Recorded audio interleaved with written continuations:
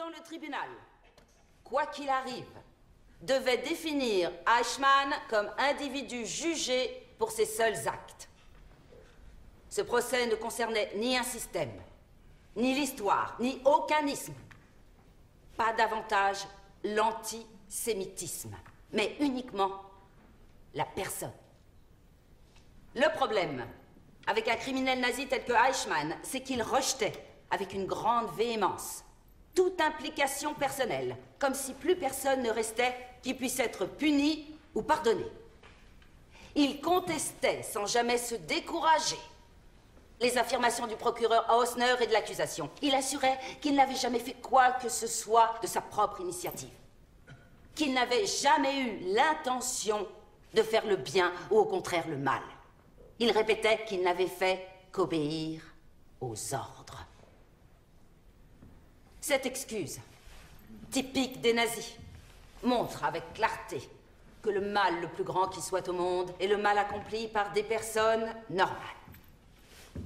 Le mal accompli par des personnes qui n'ont aucune motivation, aucune conviction, aucun goût pour la méchanceté, aucune tendance démoniaque, par des humains sans prétention qui refusent soudain d'être des personnes humaines.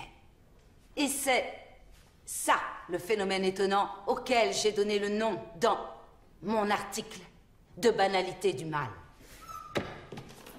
Madame Arendt, vous oubliez la partie la plus importante de la controverse. Vous affirmez que moins de juifs seraient morts si les chefs juifs n'avaient pas coopéré. Ce thème a surgi pendant le procès. J'étais supposé le couvrir. Je devais donc clarifier le rôle de ces chefs juifs qui avaient participé directement aux activités d'Eichmann. Vous reprochez au peuple juif sa propre destruction. Je n'ai jamais accusé le peuple juif. La résistance était impossible. Mais peut-être qu'il y a quelque chose, justement, entre la résistance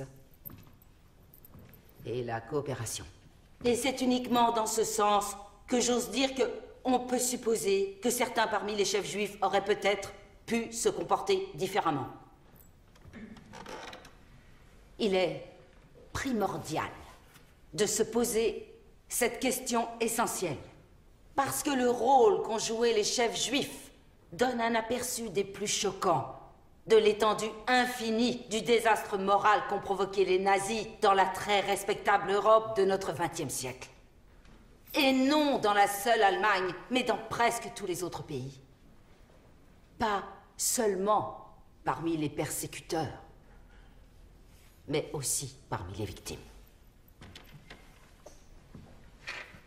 Oui.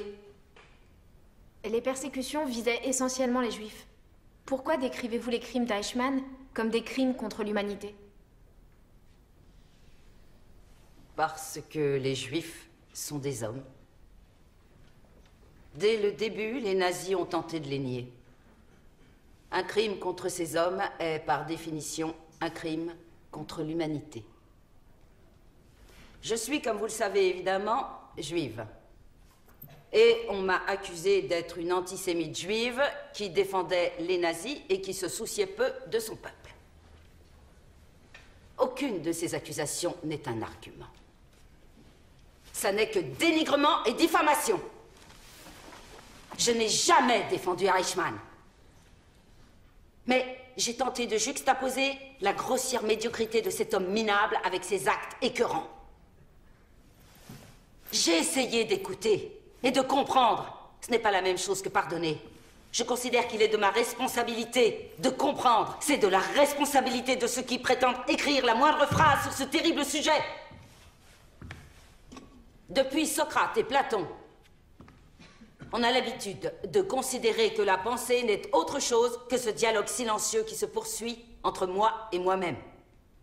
En refusant de demeurer une personne, Eichmann a d'un seul coup renoncé à cette qualité spécifiquement et uniquement humaine qui consiste à pouvoir élaborer une pensée. Par conséquent, il n'était plus capable du moindre jugement moral. Cette incapacité de penser a engendré la possibilité chez des hommes de nature ordinaire et médiocre de commettre des actes cruels dans des proportions gigantesques, des actes incomparables à tout ce qu'on avait vu auparavant. Pour ce qui me concerne, J'avoue que j'ai considéré cette question sous l'angle philosophique, c'est vrai. La pensée est une activité qui ne se manifeste en aucun cas dans le savoir ou dans la connaissance, mais dans la capacité à distinguer le bien du mal, la dignité de l'abjection. Et je souhaite de tout mon être que la pensée donne à la plupart des êtres les moyens d'éviter la catastrophe dans ces très rares moments où on devine que tout peut s'effondrer.